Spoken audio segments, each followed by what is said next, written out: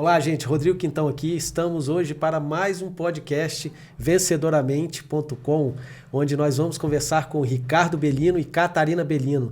Mas antes eu quero pedir a você que curta, comente, compartilhe, se inscreva no nosso canal. Eu não posso deixar de pedir isso para você, porque quando você curte, é aí que o YouTube dá relevância para o nosso vídeo, para os nossos projetos. Aqui a gente fala sobre biografias, eu adoro biografia e é por isso que eu quero conhecer sempre histórias. Eu trago histórias de pessoas que tiveram sucesso graças à sua criação familiar. A gente estuda o sucesso que vem de berço. Eu, particularmente, acredito que a vitória, ela se cria na infância da pessoa. E é sobre isso que a gente vai conversar hoje aqui com o Ricardo Bellino, com a Catarina Bellino. E antes de apresentar o Ricardo, eu gostaria até de passar um vídeo dele, porque o vídeo dele explica muito mais do que qualquer narrativa que eu colocar aqui para ler para vocês. Solta aí, meu caro. Olá, eu sou o Ricardo Bellino. Eu sou um empreendedor serial há 3 décadas e meia, desenvolvendo projetos que a maioria das pessoas pensavam que eram absolutamente impossíveis. Hoje, o meu grande projeto de vida é ser um acelerador de pessoas. Ricardo Bellino, que é um sinônimo de sucesso. Um vendedor de ideias. Ricardo Bellino. Ele se tornou um dos empresários mais respeitados no mercado. De todas as lições que eu aprendi na minha escola da vida, a mais importante é que você tem que estar disposto a pagar o preço pelo sonho que você quer conquistar. Eu, lá no começo, vesti essa jaqueta para voar alto e levar os meus sonhos ao mais alto nível possível. No dia 8/8/88, eu inaugurei no Golden Rule do Copacabana Palace a primeira final nacional do concurso da maior agência de modelos, que anos após se transformaria na plataforma para lançar as maiores modelos do mundo, inclusive a Gisele Bündchen. E essa Masterclass não é para te ensinar a ser rico, não é para te ensinar a ter sucesso fácil. Ao contrário, é para te ensinar tudo que você não tem que fazer para ter sucesso. Você vai aprender a fazer sopa de pedra. Porque muitas vezes alguém pode te dar uma oportunidade e essa oportunidade pode ter apenas 3 minutos. And in 3 minutes you convinced me to do something, and now we have a great project that took place and is taking place in Brazil. As pessoas não querem fazer negócio com o seu PowerPoint, meu amigo, nem com o seu business plan e nem com a sua planilha Excel. Porque quem é bom sabe que isso tudo aí é blá blá blá. E eu ouvi toda a classe de sugestões para que eu não fizesse essa campanha. Se eu tivesse ouvido os especialistas, a campanha não teria vendido 14 milhões de camisetas no Brasil. Eu sou o Ricardo Bellino e você tem um encontro marcado comigo para um verdadeiro upgrade do seu mindset. Bom, voltando aqui agora depois dessa linda apresentação, né? Eu conheço o Bellino já há alguns anos, aprendo muito com ele, meu mentor, amigo. E uma das coisas que eu aprendi muito com o Bellino foi sobre a criação de um patrimônio emocional, além do patrimônio físico, intelectual, né? E aí, Bellino, eu gostaria de saber de você como é que é isso na criação dos seus filhos, como é que é isso no seu dia a dia, dentro de casa, da onde surgiu esse termo que me impactou tanto. Eu falo me impactou porque eu trabalho com isso já há muitos anos, com criação de filhos, e quando eu pensei isso da sua narrativa, eu falei, me dá aqui. Eu vou usar isso no meu dia a dia. Criação de patrimônio emocional. Bom, Rodrigo, primeiro, brigadíssimo pelo convite. É uma alegria enorme estar aqui com você, enfim, e poder contribuir de alguma maneira e inspirar as pessoas. Eu acho que esse é o nosso grande legado, né? Exatamente. E essa é a nossa missão de vida. Então, parabéns pela tua iniciativa.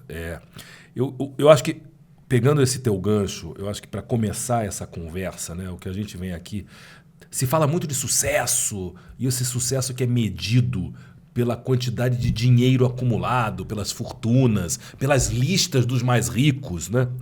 Mas essas listas não necessariamente refletem a lista dos mais felizes, né? E aí você tem que entender que jogo que você está jogando na sua vida. Você quer ser o mais rico da UTI, do hospital, o mais rico do cemitério, ou você quer ser aquela pessoa que entendeu que a felicidade precede o sucesso? E para você entender isso, você tem que entender que você precisa fazer investimento em felicidade, que é exatamente construir um patrimônio, né, de valores intangíveis e que te permitem adquirir, acessar aquilo que o dinheiro não compra. E eu acho que essa é a base dessa minha relação com as minhas filhas. Foi assim que foi com meu avô e com meu pai comigo. E eu aprendi, desde muito jovem, sobre esses valores inegociáveis. Porque o dinheiro, ele é uma dinâmica de subidas e descidas e está tudo certo. O sucesso pressupõe a capacidade de gerenciar altos e baixos. A felicidade também pressupõe momento de tristeza, mas você não precisa ficar lá muito tempo. E quando a gente coloca em perspectiva e dá prioridade a esses ativos, né, que tem a ver com felicidade, que tem a ver com esse conjunto de valores que a gente traz, né, do berço, como você colocou muito bem aqui no começo, você de fato se compromete em pavimentar um verdadeiro legado. Porque a herança que você pode deixar para um filho, ela não simplesmente vai estar medida no patrimônio que vai estar descrito na tua declaração de imposto de renda. Que é o que muitos pais se preocupam, né? Só que eu vou deixar financeiro? Mas se não deixar a resiliência, o entendimento das relações humanas, que vai te permitir ter condições de sobreviver a tudo aquilo que é a nossa vida, que é impermanência. E nós tivemos a oportunidade, você capixaba... A única certeza da vida é essa impermanência, né? A única. E você sabe onde que eu aprendi isso? Aonde? No Morro da Vargem, no Mosteiro Zen, que você teve lá comigo, lá em Ibiraçu, lá em Vitória. E esse ano que entra agora, Rodrigo, eu vou celebrar 30 anos da minha caminhada no mosteiro. 30 anos, inclusive vou empreender... Tem que convidar todo mundo que está assistindo. Com certeza. Para participar, né? Não, é e quero te contar, vou edificar ali a sede da Escola da Vida, a Escola do Empreendedorismo. Quero te agradecer publicamente ter me apresentado ao teu xará, o Rubens, o Rodrigo Rubens, que é uma figura espetacular, um jovem dedicado, comprometido, sério, enfim, amoroso, porque é sobre isso. Então, quando as pessoas perguntam, ao ver esse meu vídeo, qual é o segredo do sucesso? Aonde foi que você conseguiu acessar essas grandes figuras, essa habilidade de deal maker, o fechador de negócios espetaculares e multimilionários? Não foi na escola de negócios mais importante de Boston. Foi no Mosteiro Zen. Foi no silêncio, foi no equilíbrio, foi nas palavras do monge. Dentro e não para fora. Exatamente. Então, falar de investimento em felicidade, falar em patrimônio, né? Esse patrimônio que a gente realmente carrega conosco e deixa essa memória que vai permitir que as próximas gerações sobrevivam e relembrem dessa sua trajetória curta, porque a nossa passagem aqui ela é curta, mas a gente se torna imortal na medida que a gente é lembrado para sempre. E a gente é lembrado não pelo patrimônio que deixamos, que se fizerem mau uso, vai acabar rapidamente. Ou porque vem um golpe, ou porque vem uma crise. E está tudo bem, é normal, faz parte. Né? A impermanência é normal, a instabilidade nas relações humanas é muito normal. Quem é você apesar do dinheiro? É isso. É sobre isso. Não são os seus títulos acadêmicos, não é o extrato da sua conta bancária. Né? Eu acho que são esses compromissos que a gente traz, né? E são os compromissos que nós temos com as outras pessoas. Né? Felicidade não é um estado egoísta. É um bem-estar pleno, né? Pleno e conjunto. Ele se baseia em que eu percebo que eu sou um agente que posso eventualmente trazer uma transformação para você. Por quê? Porque talvez, né, para você encontrar aquele caminho ou aquele estado que você está procurando, você precisa de um apoio ou de compartilhar uma ideia diferente. Não quer dizer que a minha ideia é melhor que a sua.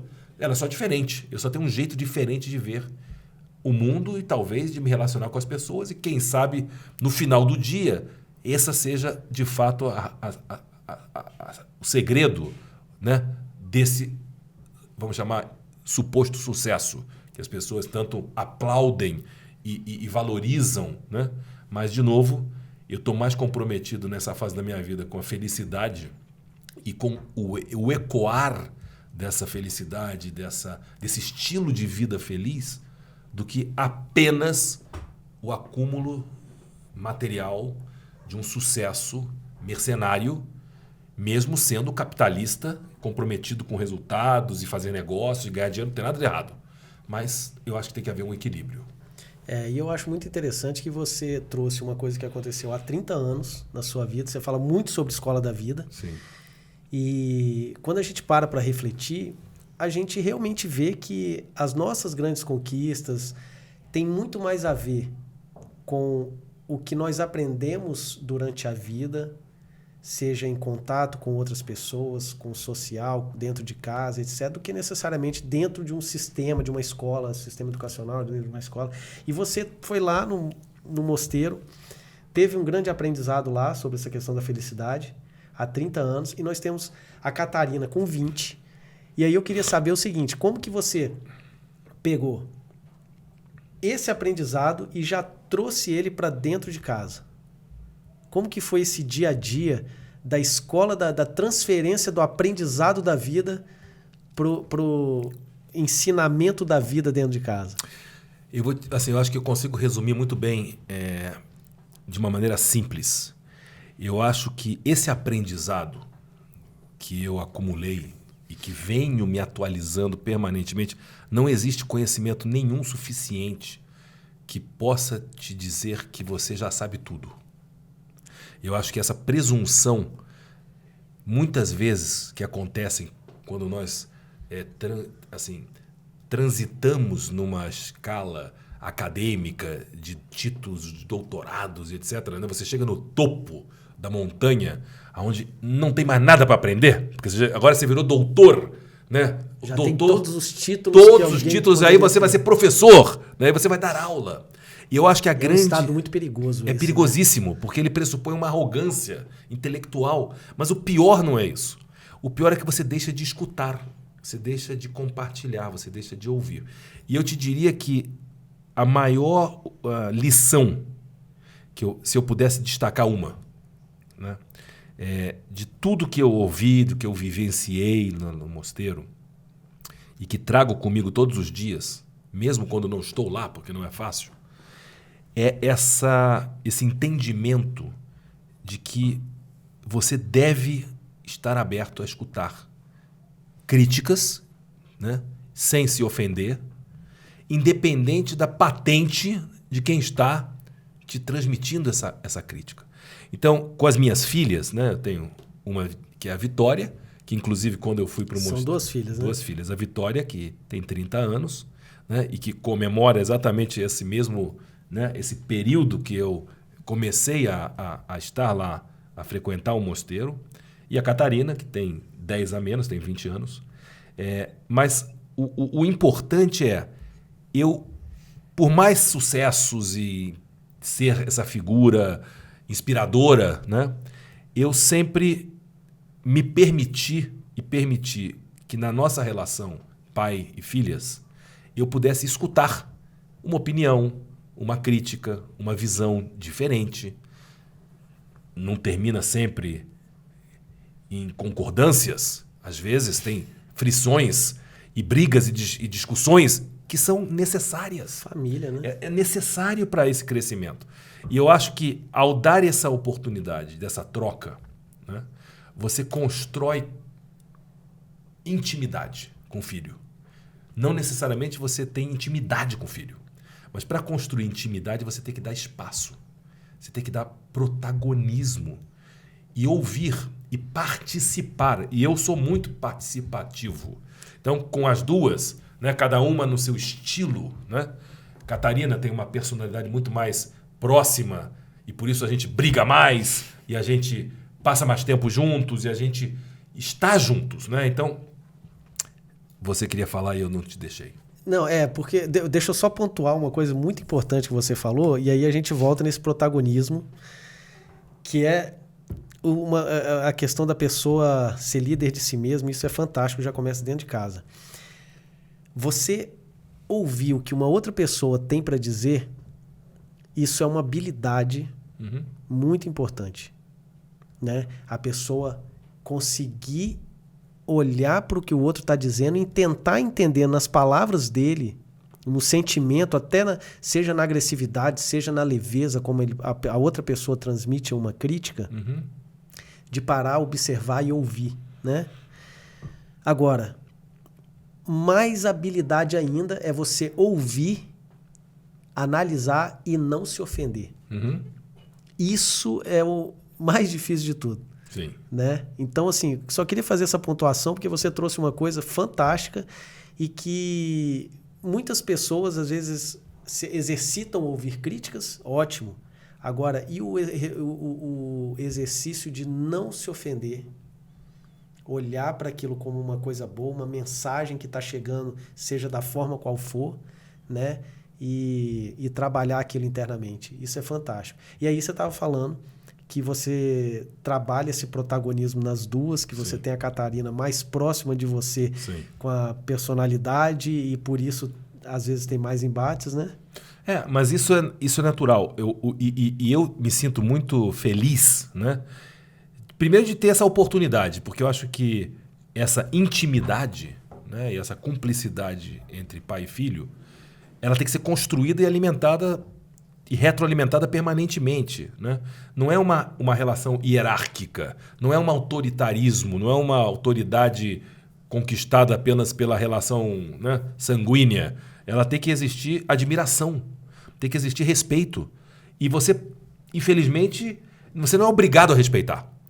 Ninguém é obrigado a nada. Você pode ter um filho espetacular e um filho completamente lesado, né? Por culpa sua ou culpa do destino, por culpa da influência, não interessa. Mas quando você tem reconhecido, né, nessa troca uma contribuição verdadeira, genuína, onde você de fato ouve com esse escutar, né, sem crítica, sem julgamento. Você escuta, você processa e você sabe que aquilo está certo ou está errado, está mais próximo do que você precisa. Então, ao escutar isso, você começa a construir esse sentimento de admiração pela maneira como esse pensamento começa a se criar uma trama, né? E essa sintonia que é muito bacana. E eu acho que, às vezes, os filhos têm uma dificuldade por querer ter uma história própria, um protagonismo próprio, de não querer estar perto do pai ou da mãe, porque se sentem como dependentes ou que não vão ter o seu próprio brilho natural, o seu protagonismo. Isso não é verdade. Você pode ter seu protagonismo e ser uma versão melhor do que seu pai e sua mãe. E eu enxergo na Catarina exatamente essa capacidade, né, e essa sensibilidade de se relacionar com as pessoas, e para mim esse eu acho que é o elemento mais importante numa relação de deal-making, ou de qualquer que seja a dinâmica entre mais do que uma pessoa.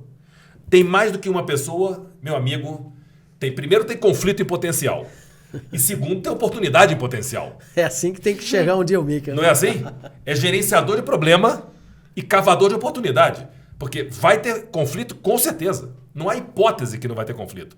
Agora, essa construção que a gente tem feito diária, né, constante, permanente e sincera, né, é espetacular. Então, eu me sinto privilegiado de poder estar dando para a Catarina hoje, ter dado para a Vitória, que está num outro momento de vida, mas também acompanhei, participei, prospectei negócio, viajei, ajudei. São dinâmicas diferentes, né? Hoje Catarina me acompanha, primeiro começou me acompanhando para perceber, entender, escutar as coisas, mesmo que não tinha um discernimento ainda sobre as agendas que existiam, mas ela ia e foi, e está indo, e vai percebendo tudo isso e vai opinando, até que surgiu a oportunidade dela ter o próprio projeto, né? E aí eu, como mentor, né, disse para ela e para a sócia, falei, olha, é o seguinte, eu cobro caro para dar mentoria, muito caro, e eu não quero uma relação paternalista com vocês. Então é o seguinte, como vocês não têm dinheiro para me pagar, mas eu acredito no projeto de vocês, Então eu vou fazer o seguinte, eu vou dar uma mentoria profissional e vocês vão me pagar com o resultado do negócio. O risco é meu, Na frente. mas a gente começa uma relação de uma maneira disciplinada. Porque senão vira bagunça. O que é de graça, você sabe como é que é. Sim. E ainda mais com o pai e filho. E aí você falou uma coisa muito interessante, que é o seguinte. Às vezes eu escuto assim, pai não tem que ser amigo de filho. E aí eu falo, rapaz, como que um pai não vai ser um amigo do filho? As pessoas não têm, a gente talvez não tenha no português ou em nenhuma língua a definição do que é ser pai. É ser amigo, é ser alguém que está ali conduzindo, um guia, é ser um mentor, é ser um gestor, é tanta coisa que é pai. Sim. Só que a gente discute muito qual é o modelo do pai, da mãe, etc. E muitos realmente acreditam que não dá para ser amigo do filho. E aí não é uma amizade, de amiguinho, de colega, onde você dá liberdade para a pessoa, inclusive, passar na rua, dar um tapa na sua cabeça, tal, não sei o quê. Não é isso. Claro né? que não. Antes de tudo tem um respeito e tal, mas é uma amizade paterna, é uma amizade materna, né? Então, assim, ser pai, ser mãe é um conceito muito mais completo de transferência de legado, de ensinamento, de poder de guia, que vai muito além de um simples amigo. Pai é pai. Tá, ok, mas o que é ser pai, né? Então a gente está nessa construção desse entendimento muito mais amplo da figura paterna, da figura materna, do que realmente as pessoas falam por aí. E você está trazendo aqui, fantástico, essa questão de, olha, sou seu pai aqui e agora estou te trazendo para o mundo profissional e para lhe ensinar a ser profissional, Sim. como pai, nós temos aqui um papel aqui onde eu vou querer... Papel escrito e um assinado. papel escrito e assinado. Contrato. Não. Mas olha... Porque isso tudo faz parte do faz ensinamento. parte. Sim. Se eu tenho em uma das minhas agendas um projeto que se chama Escola da Vida, eu estou compartilhando coisas importantes para você se preparar para a sua vida. Para você ter uma relação clara, alinhamento de expectativas, que eu acho que é importante disciplinar. Porque é isso que vai te permitir se organizar mentalmente para que as tuas próximas relações, ou até aquela mesma, possa ser expandida.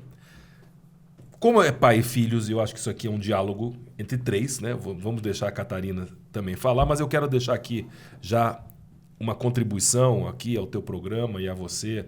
E eu acho que para tangibilizar essas questões mais, vamos chamar filosóficas de vida, que a gente está falando aqui agora, eu vou compartilhar com você vai poder compartilhar o link e vai permitir que as pessoas possam acessar uma planilha onde elas vão poder fazer uma gestão do seu patrimônio moral, dos seus valores, que é o investimento em felicidade. Então você vai poder, de tempos em tempos, você vai lá fazer e vai fazer um balanço, não apenas o balanço do seu imposto de renda, né? Do seu patrimônio líquido, dos seus ativos, dos seus passivos, mas você vai poder gerenciar na base e no entendimento de tudo aquilo que o dinheiro não compra. E eu acho que esse é o grande ensinamento. Você criou uma planilha. Criei. Então vai estar aí na descrição o link da planilha. Baixa essa planilha, coloque ela aí para você preencher, visitar e revisitar. Não, e tem um artigo que ele vai poder ler para entender, né? Vamos chamar a bula, né? As instruções. Como fazer e qual é o princípio que está aqui previsto. Então, eu acho que um pai, antes de se comprometer com mesadas e tentar principalmente compensar a ausência, compensar a falta, né, de participação, de tempo dedicado. De presença, né? Aí paga, dá um presente, dá dinheiro e não está construindo vínculo. Está criando dependência financeira. E quando você consegue trazer a perspectiva de que existem valores que estão acima de tudo isso e que você pode sim, né, ter um entendimento de que esse é o grande legado, é a grande herança que um pai tem que deixar para o filho. É não deixar o dinheiro para que ele possa comprar a Ferrari na loja, ou seja lá o que ele pode deixar de acordo com o que ele construiu na sua vida material. Não! Porque isso não garantirá a felicidade do teu filho. Até porque, por tudo que eu tenho visto, estudado, a real felicidade tá em a pessoa. Uma coisa que você falou no início da nossa conversa é você ser feliz para depois ter o sucesso. Isso. Não foi isso? Sim. Então, e a felicidade da pessoa tá em ela ser ela mesma, né? Então, eu acredito muito no seguinte: quando a gente nasce, Deus coloca ali dentro da gente um tempero, um elemento, né? Um dom, algo que ele fala assim, ó, você vai descer e você vai exercer o seu papel na Terra. E quando você é você e você coloca para fora aquilo que você tem de melhor, você cocria Deus na Terra. E quando você cocria Deus na Terra, você está se aproximando da felicidade, que é esse bem-estar pleno, porque você está diretamente sendo o que o Criador está querendo que você seja, aquilo que você realmente foi criado para fazer. E aí, isso tudo está no poder você ser você. Aquilo que você falou sobre protagonismo, ser líder da sua vida. Então, se você é protagonista da sua vida, da sua história, por que eu vou viver uma vida de coadjuvante? Né? Muitos pais fazem isso com os filhos. Mas, Rodrigo, tem uma questão que eu acho que é importante, e eu acho que acho que já podemos e devemos trazer a Catarina aqui para se manifestar, mas que eu acho que eu até concluo essa minha parte aqui da minha fala com isso. Uma vez eu li um artigo muito interessante de uma psicóloga, que ela disse o seguinte: eu não tenho nenhum interesse de ensinar as minhas filhas sobre felicidade. Eu tenho interesse em ensinar as minhas filhas a lidar com antagonismos, contradições, crises, para que aí então elas encontrem a resiliência necessária, o equilíbrio emocional, para elas poderem então desfrutar de verdade de uma felicidade que não é poliana, que não é idealizada, porque elas aprenderam a se defender, elas aprenderam a lidar com as adversidades da vida, porque é sobre isso. E eu com Catarina, mais intensamente, vivemos isso.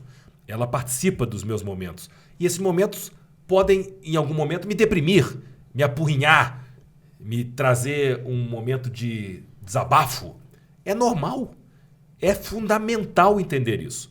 É fundamental entender a dinâmica das relações e de que determinados momentos, determinadas notícias te impactam, te afetam o seu estado de humor, te afetam o teu estado de tomar uma decisão por um determinado caminho, seja ele na sua vida pessoal, seja na sua vida profissional. Mas eu faço questão de não ter uma relação poliana, de não ter uma relação de uma felicidade idealizada, de uma coisa romântica. É o seguinte, é vida real. Eu sou uma máquina de empreender, de criar, sou um cara muito criativo, muito romântico, mas isso não quer dizer que eu perca de perspectiva a natureza, a minha natureza, os meus anseios, mas as minhas limitações. E mais importante, reconhecer a minha vulnerabilidade, a minha grande força. Se eu sou uma pessoa que eu brinco, eu não sou um empreendedor serial. Eu digo que eu sou um empreendedor samurai, que eu aprendi lá no mosteiro com o nosso querido Daijo. E o samurai é isso. Rapaz, você falou essa questão aí do ser vulnerável. Tem um amigo meu, Fábio Oliveira. Ele sempre fala, difícil não é ser forte, difícil é você ser vulnerável. É isso aí. Né? Porque todo mundo tal... Eu posso, eu aconteço, eu mato, e eu podia. Ok, meu amigo. Mas e aí? E você trouxe essa questão da frustração, etc. Isso que você acabou de falar, isso é científico. Né? Os pais costumam falar assim, eu preciso criar frustrações para o meu filho, ele precisa se frustrar, meu papel é criar dificuldades, etc. Mas tem isso no artigo de Harvard, que eu traduzi já interpretei mais a fundo, que é o seguinte: quando a criança ela atravessa por momentos de estresse e não tem um apoio, um acolhimento dos seus cuidadores, ela vai tender no futuro quando tiver um novo momento de estresse, fazer aquilo que ela fazia quando criança, estourar, explodir. Sim. Né? Então, a capacidade de criar resiliência está na criação já desde cedo, quando a criança vive um estresse, no acolhimento, dizendo para a criança o seguinte, olha só, eu sei o que você está sentindo, mas está tudo bem, vamos passar por isso. Para essa pessoa, quando viver isso lá na frente, ela entender como ela se acalma diante daquele momento de frustração, de estresse, de raiva, de explosão, para ela conseguir pensar e tomar as melhores decisões. Então, isso já vem lá da infância, essa questão. E aí a gente vê, né? Não, hoje em dia, todo mundo que viveu essa questão da frustração sabe lidar. Tem gente querendo se matar porque terminou com o namorado, com a namorada. Tem gente que passa meses em depressão porque perdeu aquele emprego. Enfim, vai falar que a gente sabe lidar com as nossas emoções? Não sabe. A gente veio de uma cultura onde deixa lá, deixa se frustrar, etc. Deixa chorar, deixa bater a cabeça na parede. Não é assim. Você dá o acolhimento, não é dizer, toma aqui, filhinho. Não é passar a mão na cabeça. Não é passar a mão na cabeça. É dizer assim, ó, tá tudo bem, vem cá, se acalma. É mostrar que quando o pai faz isso, a mãe faz isso, tá acalmando essa criança, dizendo o seguinte, olha, eu te amo, tô aqui, agora enfrenta porque os problemas, mas o amor incondicional tá aqui. Né? Eu não estou dizendo que os pais não amam incondicionalmente os filhos, mas a criança ter o entendimento de que ela é amada incondicionalmente é diferente. Com né? certeza. Uma criança que está lá, desesperada, tal, não sei o quê, por causa do brinquedo dela, que na imaturidade dela é importante, e o pai não está nem aí, fala, não, eu amo meu filho, por isso eu deixo ele se frustrar. Será que essa criança está sentindo esse amor incondicional? Aí ela cresce querendo agradar o pai, agradar a mãe, porque eles acham que os pais são perfeitos, e aí que começa o erro de querer ser uma pessoa que ela não é. E aí começa esse distanciamento da felicidade, dos seus dons, das suas habilidades. Hoje eu ouvi um negócio falando assim, então a segunda parte da vida é resolver os problemas da primeira parte, né? E talvez a terceira você vai ser desfrutar porque passou a segunda parte tentando resolver os problemas da primeira. Enfim, esse assunto, né, não acaba nunca. Mas vamos voltar aí na questão. Bom, mas eu acho que aqui a gente podia trazer a Catarina para contribuir. Eu acho que é importante ter uma voz, né? Ela tem uma voz, não só a cara bonita, mas trazer uma voz aqui sobre como é, né? Especialmente... E eu acho que sempre é mais importante. Eu acho que eu sempre tenho a preocupação, quando a gente tem uma oportunidade de compartilhar isso, não é falar sobre o Ricardo Bellino, ou sobre a Catarina Bellino, ou sobre o Rodrigo Quim. Não. É sobre as pessoas que estão nos ouvindo, estão nos vendo. O quanto que essa fala, essa experiência pode servir para ajudar outras pessoas que não têm o mesmo entendimento e que estão perdendo tempo valioso de não construir vínculo com os filhos, né?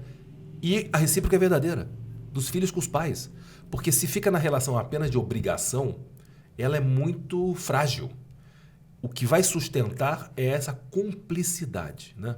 Eu acho que é disso que se trata. Eu acho que o tema, a mensagem que eu acho que é relevante deixar e compartilhar para quem está aqui seguindo você com essa proposta linda, é isso. O que a pessoa pode extrair desse processo todo. Então, acho que era bom você falar um pouco, né? A Catarina é muito dedicada ao desenvolvimento humano, lê muito, estuda e tem uma compreensão dessas questões e dinâmicas e energias e um compromisso sutil com ela própria de se desenvolver, se analisar, e isso traz uma paz e até uma harmonia na família. Então, assim, ela tem uma responsabilidade e está construindo isso com muita inteligência emocional de trazer um benefício, né, de uma contrapartida. Não é só receber, é dar. Né? De onde veio essa vontade sua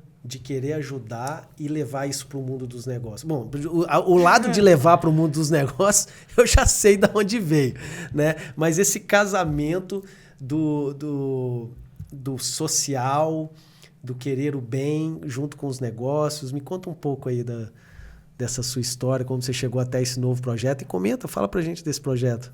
Bom, primeiramente, obrigada pelo convite do meu primeiro podcast. Espero que seja o primeiro de muitos. Com certeza. A gente aqui investe na planta. Tá barato. A semente. Isso aí. Mas eu acho que, assim, primeiro começou muito comigo mesmo. Eu acho que para ajudar os outros você tem que primeiro se conhecer e se ajudar. Então, eu comecei a fazer terapia uns 6 anos atrás. E eu sempre gostei de me conhecer mais, porque eu sabia que me conhecendo eu consigo entender melhor as outras pessoas. Então, foi muito mais uma autoajuda que eu criei vontade de aprender. E daí foi expandindo com ele também. Ele tem muito esse propósito de ajudar as pessoas e ter esse carinho com as pessoas, que eu acho que, de alguma maneira, deixa a vida muito mais leve, quando você tem um propósito que é além de você. Então, tipo... Ajudar o próximo como assim? Você tá chorando já. Eu sabia que ele ia chorar. Mas eu acredito muito que você é o resumo das 5 pessoas que você mais passa tempo. Tipo, eu tenho certeza... O ambiente, as pessoas, os valores. E eu sempre digo que eu sou, assim, tipo, metade é minha mãe, metade é meu pai. Tipo, eu me reconheço muito nos dois, só que eu também tenho aquela partezinha que me dá autonomia para ser, tipo, quem eu sou além deles. Então, eu entendo aonde eu posso tirar o aproveito dos valores deles, que eu sei que, tipo, levando para o mundo vai me ajudar. Tipo, a minha mãe e meu pai são pessoas completamente diferentes. Minha mãe é super criativa, adora arte, adora estudar. Meu pai não gosta de estudar, mas ele é muito da escola da vida, ele pratica muito isso. E eu entendi quais partes eu posso tirar dos dois e combinar para fazer a minha própria... Sabe que eu também tenho isso? E é bem parecido com isso. Da minha mãe veio a questão também das artes, da criação, e do meu pai, o mundo dos negócios, né?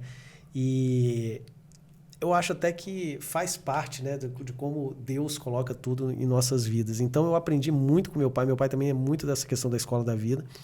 E com a minha mãe, observando e deixando fluir. Eu acho que é essa questão. O que tem de um em outro, deixando fluir dentro do meu tempero ali, e eu levando aquilo para fora. Eu tô vendo quase isso, assim, que você tá colocando, né? Não, total. E eu acho que, como filha, eu consegui enxergar isso muito cedo. E eu nunca gostei muito daquela coisa, tipo, não, você é mais parecido comigo, não, você é mais parecido... Não, eu sou a Catarina. Tipo, eu tenho a minha autonomia como pessoa, mas eu reconheço aonde eu posso tirar os aproveitos dos talentos deles também, que eu acho que não é só de sangue. Tipo, sim, pode ser de sangue, mas é o ambiente que você cresceu. Tipo, eu acho que você aprende muito mais com um exemplo do que alguém, tipo, aí apontando o dedo, tipo, faz isso, faz aquilo. Não, você vê o que o outro faz e você... Ou é pro bem ou é pro ruim. Aí você, tipo, você mesma tem que decidir que lado que você quer ir. Se você acha que uma coisa tá certa e você quer repetir isso, você repete. Se a outra coisa é uma coisa que faz ruim, que não vai de acordo com seus valores, eu entendo que eu também posso botar o meu pé para baixo e falar assim, não, eu tenho opiniões e valores diferentes e eu quero fazer diferente. Então, eu acho que com a dinâmica dos meus pais em geral, é muito isso. E a liberdade que ele me dá realmente de dar a minha opinião e ter essa liberdade é muito boa para eu poder me autoexpressar, mas eu também acho que, tipo, é aquela coisa, você meio que tem que se autoaprender, porque muita liberdade, às vezes, eu entendo que eu posso passar, às vezes, a linha... E daí eu falo, não, calma, ele é meu pai ainda. O papel do pai no guia, né? Mas liberdade é um assunto que tem surgido em todas as conversas minhas aqui de podcast, né? Porque realmente é onde a pessoa se deixa acontecer, né? E aí é o papel do pai mesmo, falar assim, calma, opa, vem pra cá. Não tanto pra lá, nem tanto pra cá. É do pai, e eu também acho que é muito do filho também. Que daí você você vai errando, você vai percebendo, tá, isso faz bem pra mim, isso faz mal pra mim. E aí você entende também, sem alguém te dando ordens, qual que são os seus valores que você quer criar com os seus pais. Tipo, tá bom, o meu pai, às vezes a gente briga muito e ele fala, não sou seu amigo. Eu fico tipo, tá, é verdade, tipo, eu preciso ter respeito também. E são coisas que você tem que se cobrar. Tipo, não é só os seus pais que têm que te dar os seus valores, mas pensar quais são os valores que você também quer criar por você. Muito legal. E tem alguma coisa que te vem à mente, assim, já no primeiro momento, quando você fala assim, valores... porque no início o Belino falou dos valores inegociáveis. Eu quero voltar nesse ponto, hein? A gente entender esses valores inegociáveis. Agora você colocou assim, tudo bem, existem...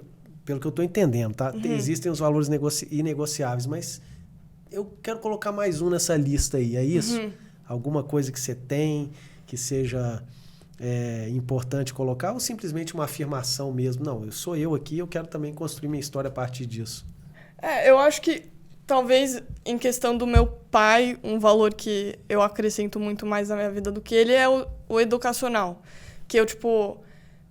Hoje em dia, eu não concordava. Tipo, quando eu saí do ensino médio, eu queria meio que seguir Maria vai com as outras para ir para a faculdade, porque era, tipo, o que os meus amigos estavam fazendo. Então, eu me senti meio perdida nessa questão de, tipo, tá, pai, eu quero ir para a faculdade. Você nunca escutou um pai falar assim, não, você não vai para a faculdade. Tipo, normalmente é o oposto. Principalmente se for aquelas faculdades públicas que estão acontecendo, aquelas coisas horrorosas, eu também não deixaria, não. Exato. Mas pra mim foi muito frustrante no começo, tipo, tá, eu quero muito seguir essa coisa educacional, porque eu realmente acredito na educação, mas ele sugeriu um outro caminho, que é, tipo, gere muito mais ansiedade, é muito mais cima e baixo, mas no final do dia são as cartas que você tem na mão. Você tem que saber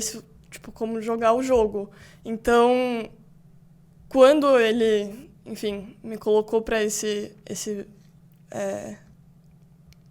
caminho de escola da vida, foi frustrante no começo, mas eu aprendi que muita gente pagaria muito dinheiro para estar com ele também nisso, e que não é só o dinheiro, mas é o valor... Você entendeu.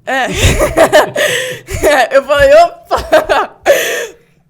Então, eu acho que, enfim, não é só sobre o dinheiro que as pessoas investiriam, mas o valor que tem do networking dele, enfim, das oportunidades que eu poderia criar.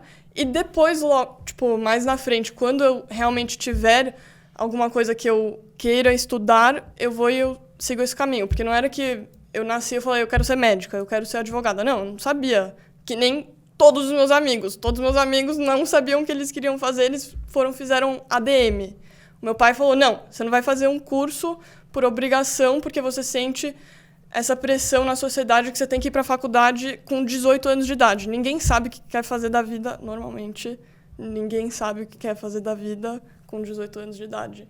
Então, eu acho que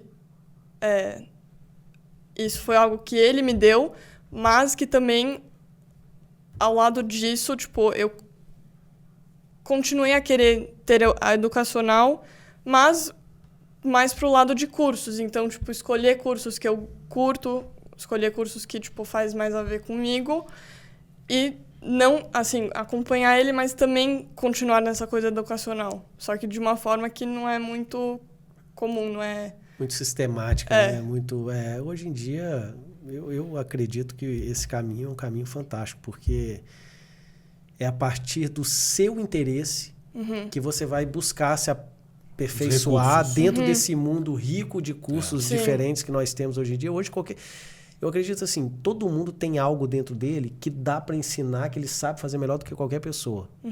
E hoje em dia as pessoas estão percebendo isso, estão criando cursos disso. Então, poxa, deixa eu aprender com aquela pessoa ali algo que ele tem que ninguém mais está ensinando. E isso está começando a acontecer. Né? Então, assim, eu sou livre para fazer o curso que eu quero e não necessariamente ter que fazer aquela faculdade. Sim. E é muito interessante, porque essa dinâmica, né? E a gente compartilha muito, né? E eu sou um negociador, né? A minha vida é ser um deal maker. Então, o tempo todo, né? Botar dois caras juntos, estão negociando alguma coisa, né? Onde vamos jantar é negociar. Que filme vamos assistir é negociar.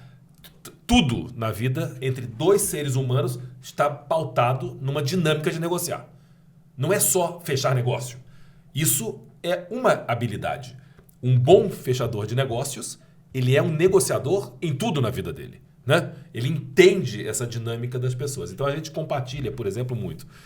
E por exemplo, hoje, né, no caminho para São Paulo, para uma reunião muito importante, a gente estava conversando sobre essa questão de negociar, e que às vezes um negociador, como por exemplo como eu, né, tem um momento que ele entende que ele não tem que negociar mais.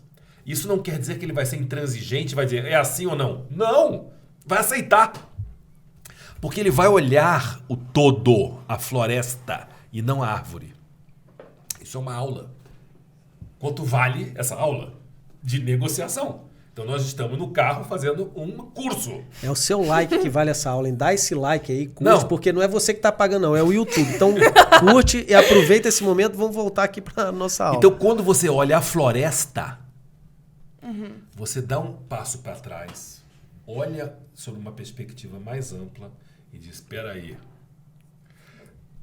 talvez o que eu estava pretendendo negociar a mais é um erro. Porque o que tem a mais aqui no entorno é muito mais. Então, tudo na vida tem um preço, não tem nada que é de graça. Fazer parte de um clube, depender do clube, custa muito caro a joia para entrar no clube. É uma metáfora, mas se aplica em tudo na vida. Então, olha os benefícios que vêm, entender o que eu vou ganhar com isso para fazer esse negócio com você, entendendo que não é uma relação efêmera de ganha-perde, toma uma comissão aqui. Isso é pensar pequeno. Eu não sou esse cara. Então, ao olhar sobre essa visão maior, você às vezes se dá conta de que, ok, eu tinha que fazer esse movimento de propor uma negociação para entender o que tem a mais. E, de repente, o que eu escutei na negociação, para voltar na proposta original, já me justificou todo o processo de entendimento de que existe um interesse primário, mas o grande negócio está no secundário. Em como eu vou, uma vez sócio do clube, acessar o ecossistema e os sócios do clube. Porque depois que você acessa, Acabou. você tem a segunda parte, né? É isso. O que eu vou fazer com esse acesso aqui? Porque eu posso crescer ou eu posso cair de vez. Tudo bem. Aí você tem que ter a sensibilidade, a sagacidade, né? O espírito, né? De deal maker. E o mais interessante é que não é uma via de uma mão só. Não é você que vai ficar lá garimpando. Ao ser posicionado corretamente na mente das pessoas, com as chancelas corretas de quem você é, dos seus feitos, das suas capacidades, Com a identidade que você trouxe e você ser reconhecido. Pronto. Quem é o cara que Acabou. é esse aqui? Aí vem inverte a demanda de oferta e procura. Aí o cara fala, gente, pelo amor de Deus, vamos aqui porque eu tenho um negócio. Chama o Belino. É isso. É isso. Então eu digo que o deal maker ele não é nenhum gênio de negociação. Ele é quase um oftalmo que tira o cílio dos olhos dos outros, querido. Agora vem cá, esse termo, só uma pausa, deal maker. Sim. Que pela primeira vez que eu escutei esse termo foi vindo com você. E quando eu Sim. entendi o seu trabalho, Sim. eu falei, pô, mas essa definição é ideal, deal maker. Sim.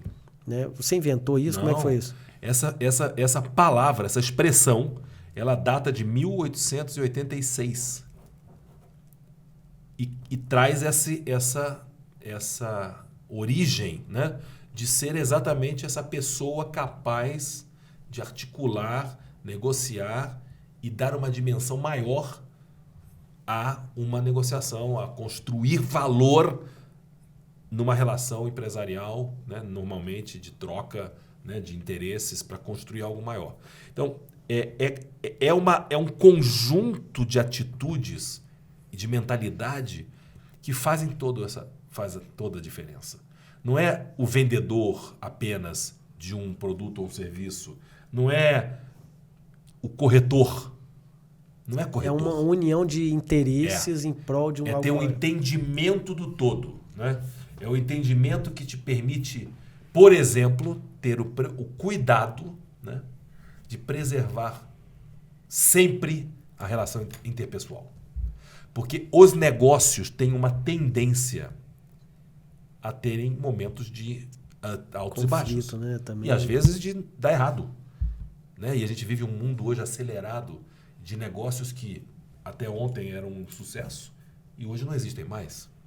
Há uma corrida para entender o que pode dar certo, né? Agora, as relações com as pessoas permanecem. Então, eu digo que tão importante quanto entrar pela porta da frente é sair pela porta da frente. Porque aí a porta vai estar sempre aberta. Esquece disso, né? E aí você não consegue construir reputação. E aquele valor intangível que faz com que você seja atendido no telefone a qualquer momento, que você tenha uma oportunidade de comentar uma ideia ou escutar uma ideia de alguém, mesmo que em algum momento algo tenha dado errado. Mas se ele deu errado e não foi por uma intencionalidade, foi por uma fatalidade ou por uma questão de mercado, porque acontece, isso não deveria afetar quem você é.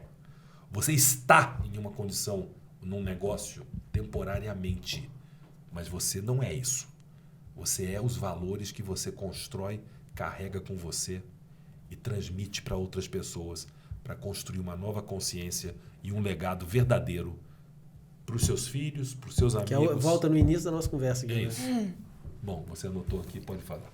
Não, eu queria voltar também no que você falou enfim, que você não vai comprar uma Ferrari para o seu filho e que isso vai criar a felicidade do seu filho ou a motivação para o seu filho e, enfim, conquistar alguma coisa. Isso é uma coisa que você me ensinou e é aquele ensinamento na dor, mas que você volta para refletir e falar, não, tá, isso faz sentido, que é a questão de mesada ou a questão de, tipo, não, eu não vou te dar isso porque você quer agora, tipo, o que você está fazendo para conquistar isso?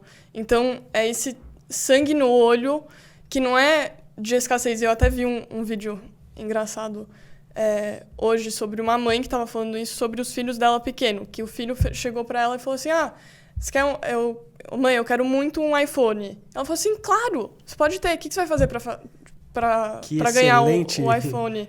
Você vai limpar o lixo do escritório, o que você vai fazer? Tipo, você tem a oportunidade de ter isso, mas o que você vai fazer para ir atrás disso? Então, eu acho que é aquela coisa de não dar tudo na mão para a pessoa que, para mim, às vezes é muito dolorido, mas também me dá aquele fôlego, aquela motivação de realmente fazer algo por mim. E fazer não só porque o meu pai, aqui, tipo, pega o cartão e vai. Não, isso aconteceu esse final de semana comigo. A gente saiu, foi no parque, aí minha filha quis um brinquedo lá, eu falei, mas filha, a gente já comprou um brinquedo outro dia e tal. E, enfim, fui explicando para ela. Quando ela chegou em casa, 6 anos, eu quero fazer atividade. Porque eu quero fazer atividade, cadê aqui? Pega lá, atividade é escrever, enfim, que a gente fala lá, né? Filha, ótimo, mas fala, e aí, por que você está com essa vontade de fazer atividade agora? Tá na hora da gente aprontar para dormir, filha? É porque eu quero ganhar dinheirinho. Para comprar o brinquedo. Porque uma vez eu dei dinheiro para fazer. Faz isso aqui que o papai vai te pagar um tanto para você fazer aqui, né? Dei umas atividades diferentes para ela fazer e estimulei com o dinheiro para ver a reação dela. E ela já chegou em casa fazendo depois que ela falou por quê. Não, porque esse aqui eu quero ganhar um dinheirinho para fazer. Uhum. Né? Não, e aliás, eu lavava o carrinho de golfe e você me dava dinheiro. Eu acabei de lembrar disso. Não, tem o carrinho de golfe, eu tenho, por exemplo, não, na época FIFA, da Copa, as cartas. É verdade. Como é que chama? As figurinhas que ela vendia na escola. Mas não era que eu dava para ela E ela, o lucro era todo dela. Eu falei, não, filha, peraí. Você tem que pagar o custo.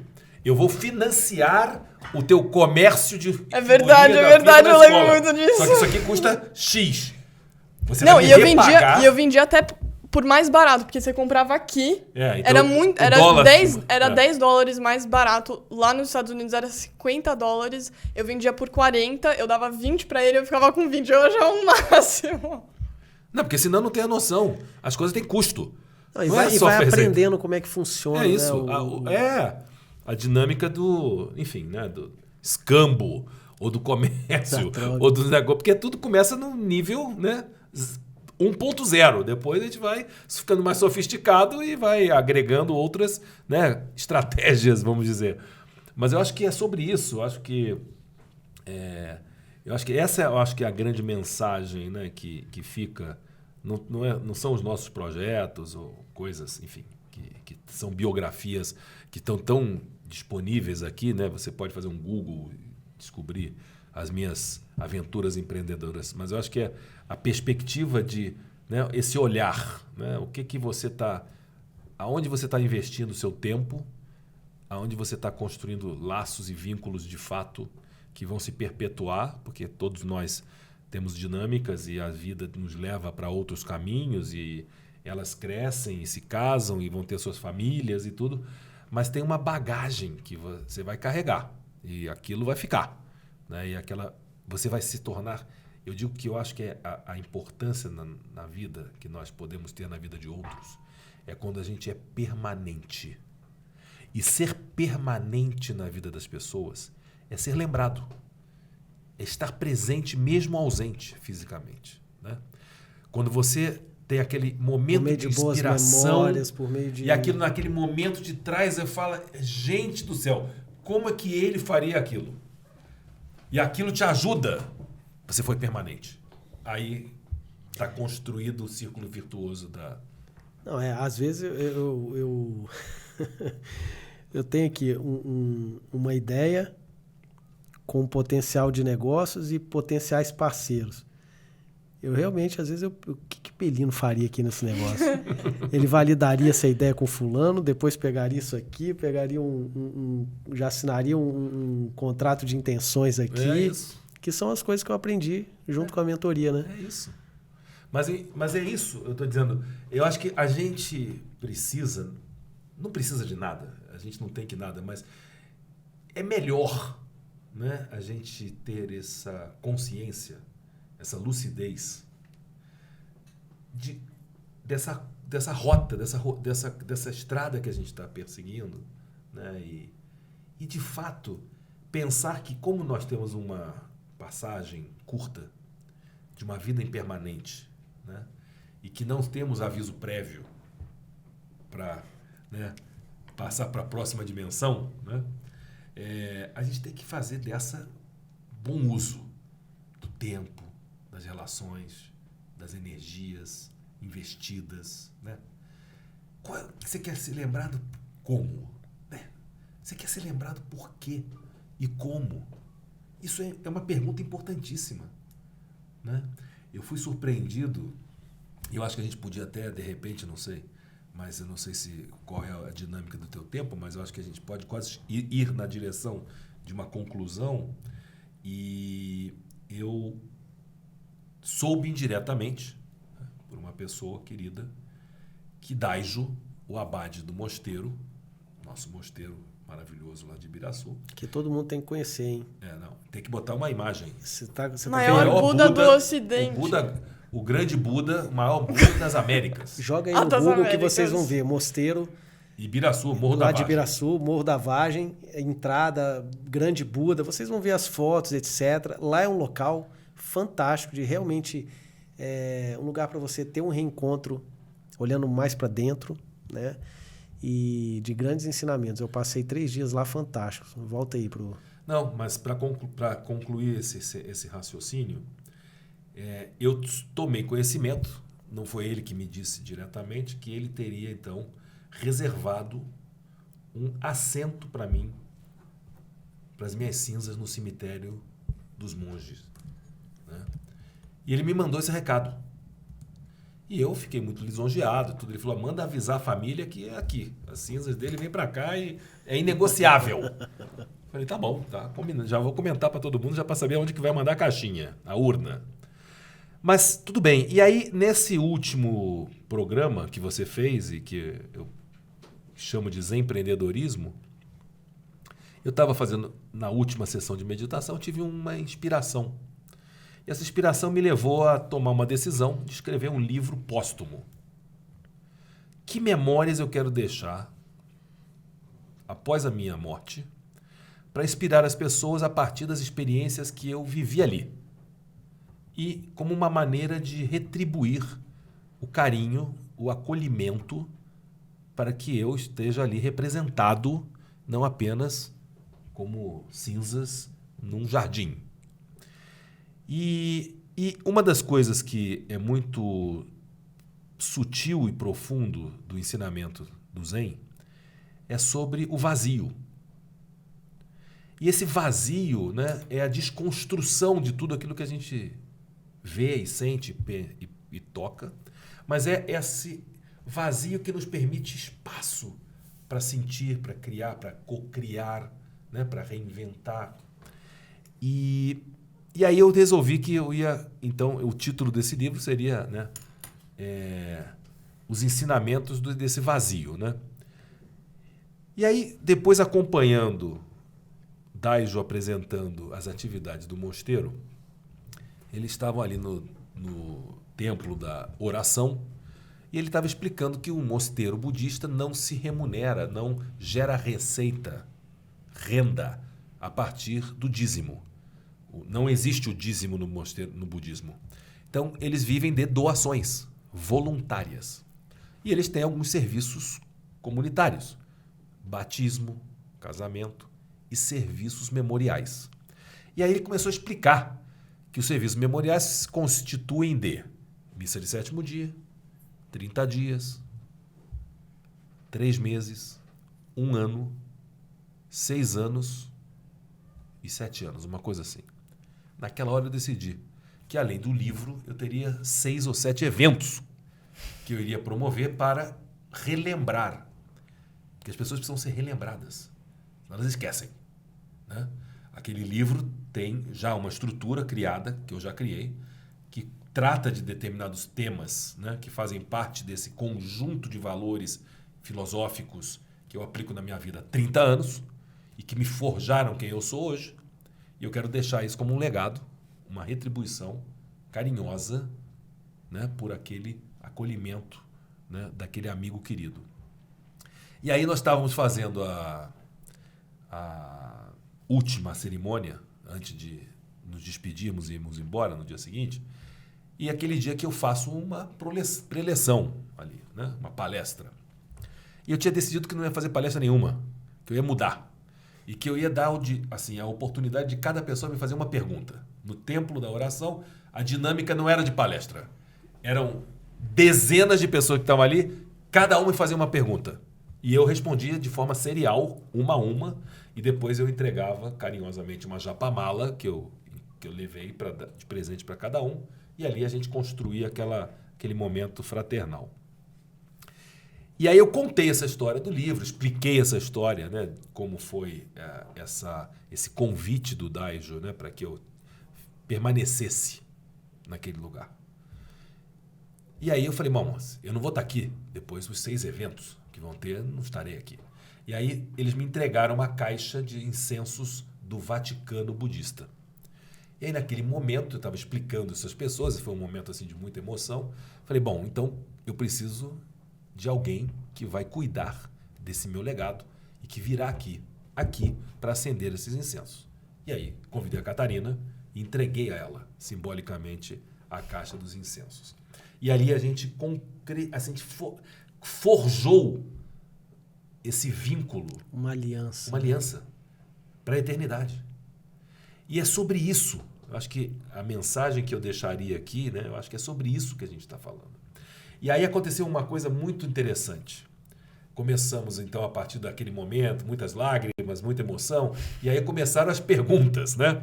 Então fizeram filas ali no tatame e eram as perguntas uma atrás da outra e eu respondendo. Até que uma senhora, foi a vez dela, e ela chegou para mim e falou assim, ô Belino, você que é conhecido como um grande negociador, né? Eu queria te fazer uma seguinte pergunta. Se nesse momento agora, presente, abrisse o teto do templo da oração e Deus aparecesse aqui agora e dissesse, Belino, chegou a sua hora, vamos embora, vamos subir. O que você faria? Você negociaria com Deus e pediria mais tempo?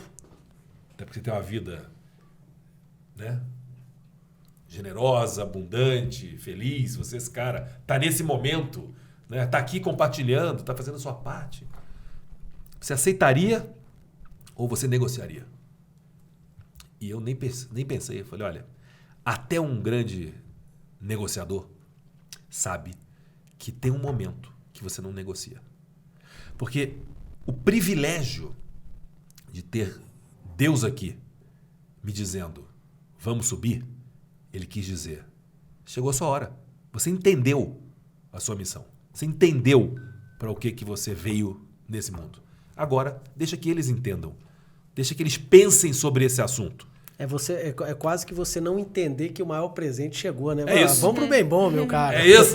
Tá na hora. Vai negociar? Vou pedir mais 10 Não anos, dá. mais 15 anos. Não, ficar aqui onde Porra. o pau quebra, não. Me leva. Me leva que eu vou. Né? Então, Né? enfim, eu acho que me dá muita alegria, sabe? Ter essa consciência. E por mais que possa parecer que as coisas não se conectam, elas se conectam demais. E aquela experiência daquele dia, daquela cerimônia lá no mosteiro, daquela provocação daquela senhora, se manifestou hoje na mesa de uma negociação, meses depois. O que eu vivifiquei, o que eu senti naquele momento, eu consegui transportar para a minha consciência num outro ambiente, numa outra circunstância. Mas Você disse que chegou no momento, você falou assim, opa, peraí, agora eu preciso entender que não tenho que negociar mais. Isso, exatamente. E deixar que o ego se dissipe, porque numa negociação existe a questão do ego. De ficar ali, de insistir. Não. Vamos olhar a big picture, a visão grande. Se não tiver também, é melhor não fazer o negócio. Claro. Então não faz. Não, obrigado. Ninguém é obrigado a nada. Então não Mas assina o essa negócio. questão do orgulho aí, teve uma passagem aqui que você colocou do vazio, né? E olhar para esse vazio, ele nos permite crescer muito. Sim. Porque na nossa visão isso é vazio. Porque o que a gente sabe é isso aqui. É bem pequeno. E a gente tem a falsa mania de achar que o que a gente sabe é tudo. Uhum. Quando, na verdade, o tudo é o resto. É o vazio. Só que dentro desse vazio tem tudo É isso. que a gente não tem. Então, a gente se deixar se conectar com esse vazio que tem o tudo que a gente não tem, é a gente se abrir E isso acontece para o conhecimento universal, né? de uma forma espetacular na natureza, na nossa vida, né? Primeiro, e foi uma das lições recentes dessa experiência no mosteiro, que é a gente não precisa da dinâmica, da compensação, do tomar lá da cá em tudo que a gente faz. Quando a gente senta num templo da meditação, o único objetivo deve ser se sentar em silêncio e não pensar, esvaziar a mente. E como é difícil, né? Não. E o que acontece? E é resultado de nada. As pessoas sentam esperando que vão levantar Buda, iluminado. Não, você não vai sentar ali para se iluminar, querido. Você vai sentar ali com uma única função. Como eles dizem, aquele equipamento. Aquilo é um equipamento. Onde você senta, olha para a parede, 45 graus, em silêncio, 20 minutos. A Ponto. retorno de nada. Eu não tô lhe dizendo que você tem que fazer mais nada. E nem pense em fazer mais nada.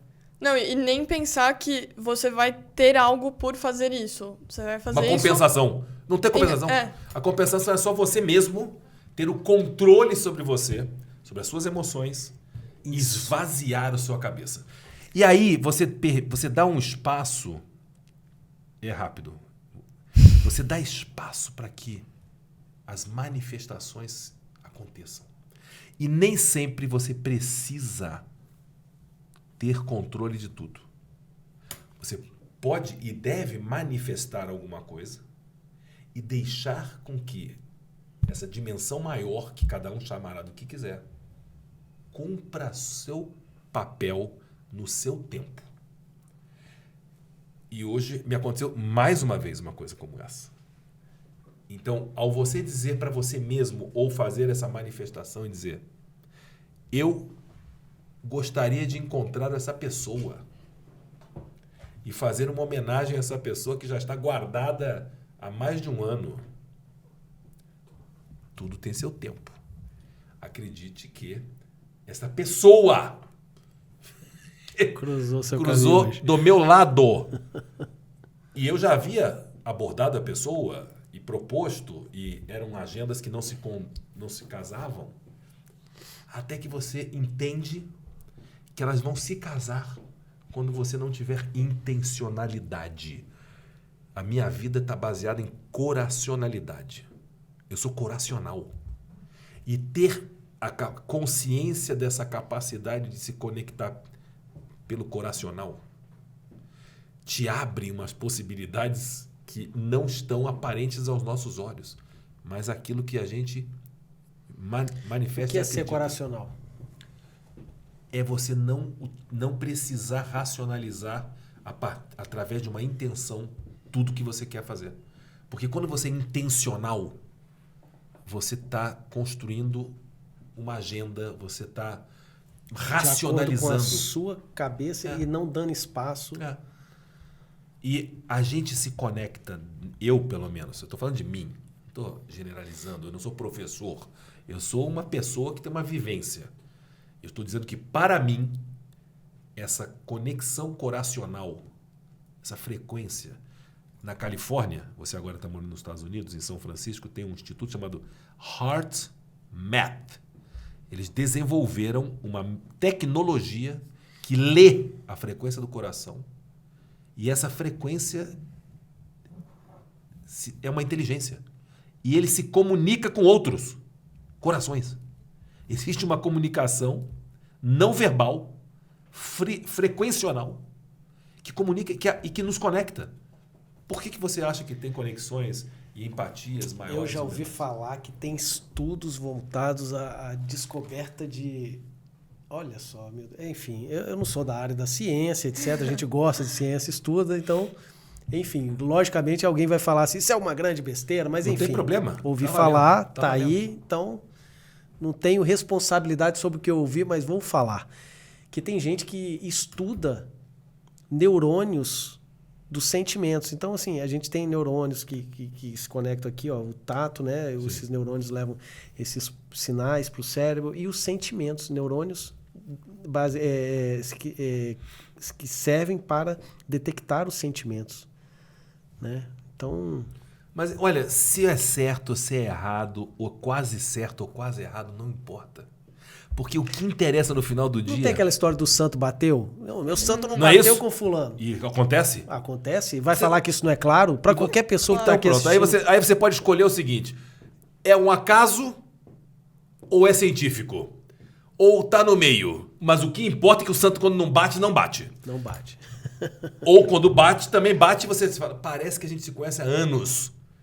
Aonde estará a razão, né? Em que parte do cérebro essa cognição nos traz essa sensação, esse sentimento de rejeição ou de acolhimento e de prazer? Conexão. Essa pergunta não precisa de uma resposta. Não precisa ir no chat GPT para perguntar isso. Precisa viver, sentir e se transformar com o compromisso de transformar outras pessoas. Eu queria voltar no que você tinha falado sobre o memorial lá do Zen, que eu acho que essa experiência foi muito legal para mim, mas foi uma coisa que eu sempre meio que tive comigo, que é o pensamento de morte, que é uma coisa que muita gente tem medo de ficar pensando muito tempo. E, realmente, tipo, não é para você ficar o dia inteiro pensando em morte, mas eu acho que a morte te inspira ao que você vai fazer hoje. Então, eu sempre tive isso na minha cabeça de, tipo... O que a minha vida valeu a pena, né? Nem sobre o que a minha vida valeu a pena, mas entender a fragilidade da vida e como você age nisso no seu dia a dia. Então, tipo, por exemplo, em questões de família, que a gente está falando de pais, nenhuma família é perfeita, você vai sempre ter brigas, sempre vai ter algum tipo de tensão, nenhuma família perfeita, mesmo que o mundo tenta fazer essa imagem, mas sempre colocar na frente de, tipo, você não sabe o que vai acontecer no próximo dia, então como que eu vou lidar com esse relacionamento hoje? Mesmo que eu tô puta, mesmo que eu... Pode falar palavrão? Pô, relaxa. Mesmo que você estiver chateada, tipo, entender a fragilidade da vida e entender o bigger picture, entender a floresta e não só aquele sentimento que você tá... e o orgulho que você tem naquele momento. E com isso também, eu queria apontar que, tipo, até o nosso relacionamento, pra mim, melhorou muito quando teve alguma coisa que não era só familiar, mas era trabalho, era propósito, era projetos. Então, realmente conseguir aplicar o que ele me ensina em algo que não é só, tipo, a gente sentar em uma mesa de jantar e falar coisa de família, ou ter uma interação de família.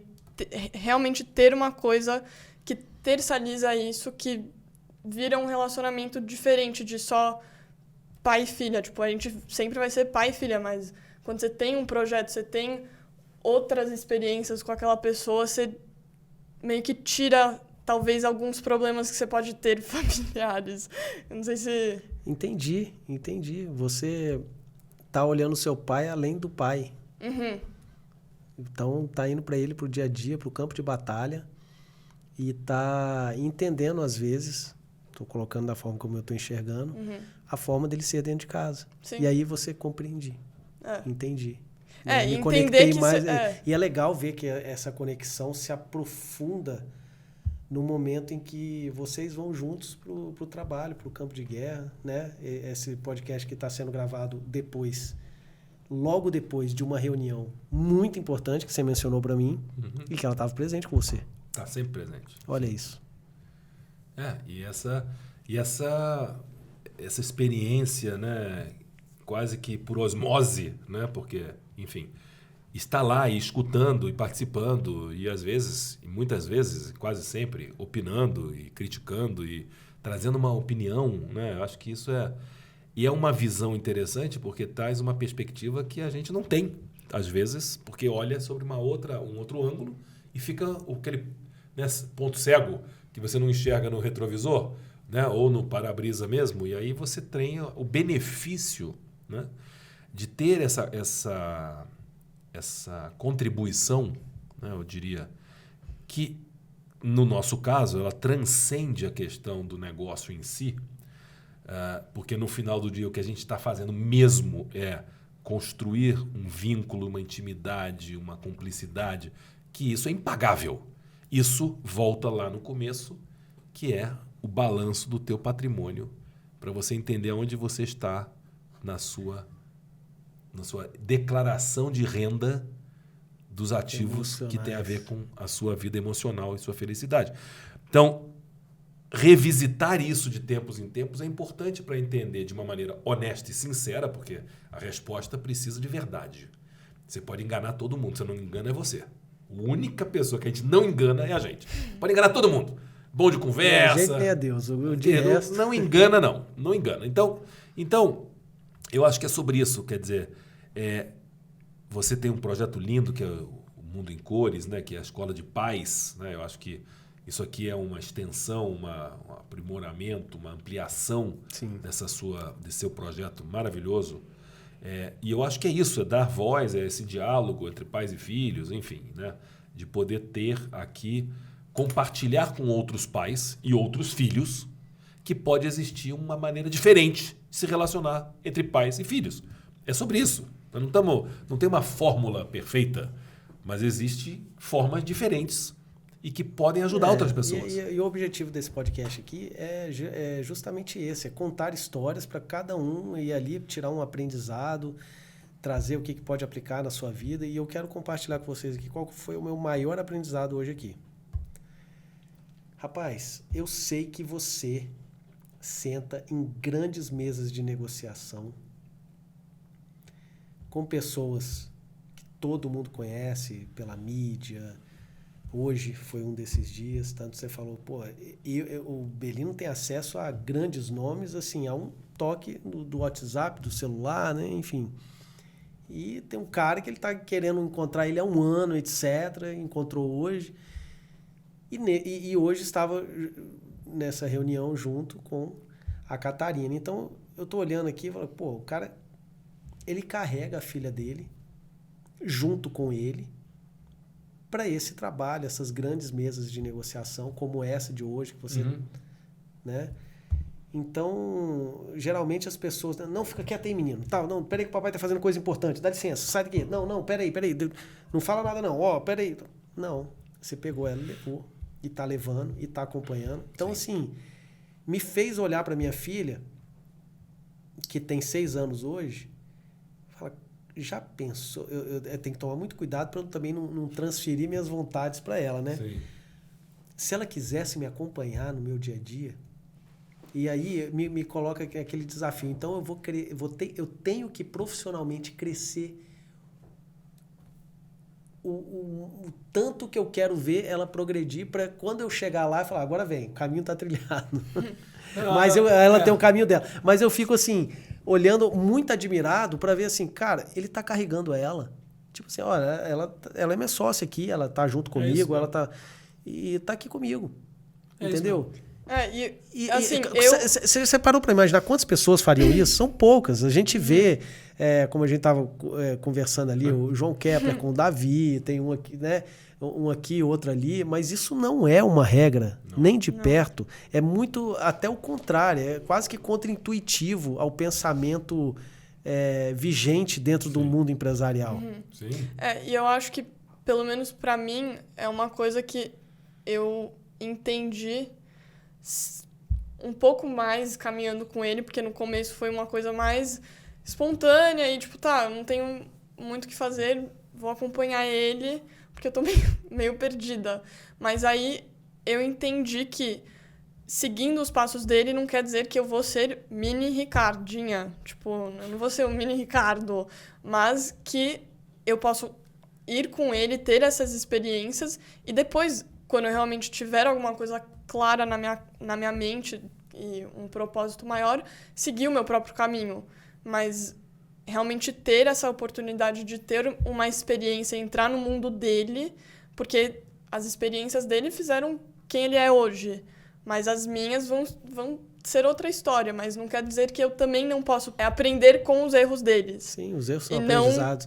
E assim, é perfeito isso que você está falando, porque você tem consciência de que você está do lado, que você vai decidir se o caminho exato que você quer seguir é o dele, mas com a sua originalidade, né? Aproveitando o que está aqui, que pode ser seguir mais para o lado dele, se for benéfico, ou seguir para o lado de cá, de acordo com o que você acredita. Mas você está ali aprendendo e transferindo o que tem de bom ali para você. Essa visão eu acho que você realmente está pronta para iniciar esse caminho de aprendizado e aplicação na vida prática. Porque depois disso que você falou, eu entendi. É isso aí, né? Vou olhar, vou compreender e vou traçar o meu caminho, que pode ser diretamente conectado ou não.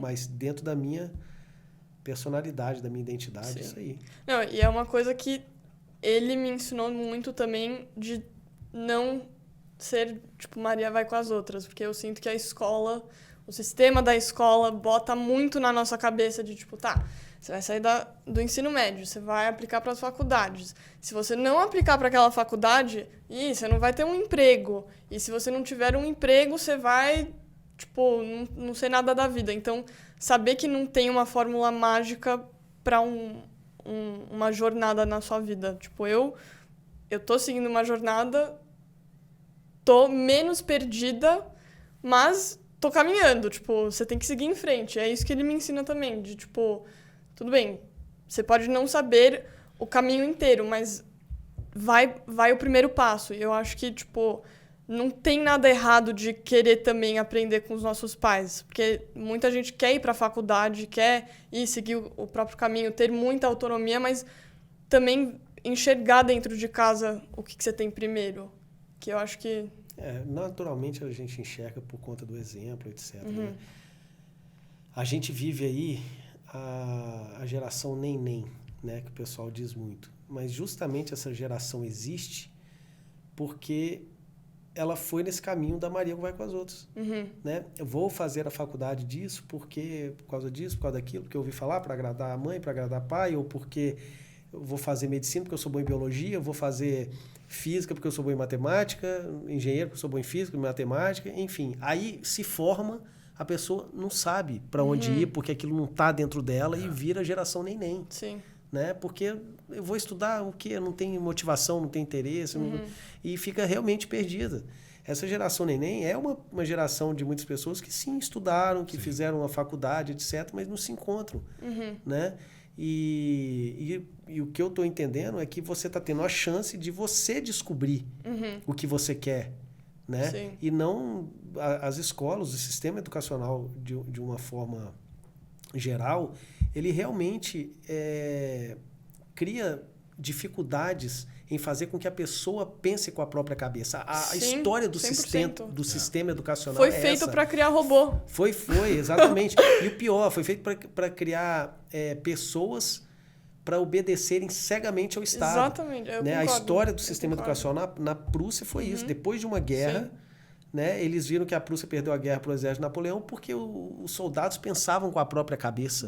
Né? Por que eu vou matar, tirar no cara do outro lado lá, vou matar ele, me colocar em risco e tal? Não vou seguir a ordem. Ué, peraí, não está tendo uma hierarquia aqui no exército? Então, nós vamos ensinar as pessoas desde cedo na escola, durante 8 anos. Sim. Eles realmente têm frases lá do tipo, precisamos criar pessoas obedientes ao Estado, porque o Estado é o que sabe o que é melhor para cada um. Sim. Então, nunca foi o objetivo desse sistema educacional ensinar as pessoas a pensarem. Tanto é que a gente vive num sistema que a gente aprende a responder e não a fazer perguntas, que foi o que você falou no início do nosso podcast. Ou seja, se eu estou aqui respondendo, é porque eu estou obedecendo a um pensamento pré-determinado já. Eu não preciso pensar para perguntar. Né? A gente vem dessa cultura de que perguntar, tá pergunta demais, né? Tem que perguntar, vai no garantido, menino, enfim. Sim. Mas é isso, eu sou um crítico ferrenho ao sistema educacional. Não, eu concordo plenamente. E concordo aí pelo caminho que você tem trazido. Né? Imagina a oportunidade que é carregar uma pessoa de 20 anos de idade para essas grandes reuniões de negociação. Tá endividada. Tá endividada. Porra, qual o valor dessa faculdade aí? É isso aí. Não, você podia estar lá estudando teoria geral. Teoria do negócio. Enfim, então saiu da teoria e foi direto para a prática. Gente, quero agradecer imensamente. Muito obrigada. Né?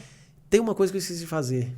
2 coisas. Primeiro, perguntar a vocês sobre uma frase, um ensinamento de vida, uma frase que você está sempre lembrando. Quer trazer uma frase aí, um pensamento? Eu tenho a minha, você pode fazer a sua. Calma, deixa eu pensar, eu preciso pensar, calma. Então eu faço a minha enquanto você vai pensando. Acho que a frase que pode representar o que a gente conversou aqui hoje, e para mim é um mantra, de fato, é que realmente a felicidade precede o sucesso. Eu acho que ao colocarmos essa ordem inversa, porque muitas vezes as pessoas esperam ter sucesso, esperam ter para ser felizes. Eu acho que quando a gente se compromete com a felicidade e essa felicidade compartilhada, o sucesso é uma consequência natural. E isso não é uma conversa de alguém que não vive o sucesso, né? Mas que não abre mão da felicidade, né? Talvez, às vezes, eu possa me dar ao luxo de abrir mão do sucesso, mas da felicidade eu não abro mão.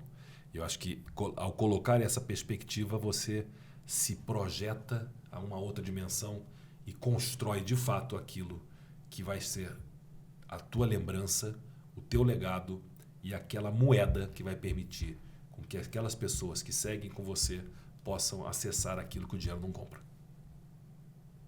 Excelente. Em vez de frase, eu posso deixar uma música? Com certeza. Deixa eu pensar. Você vai cantar?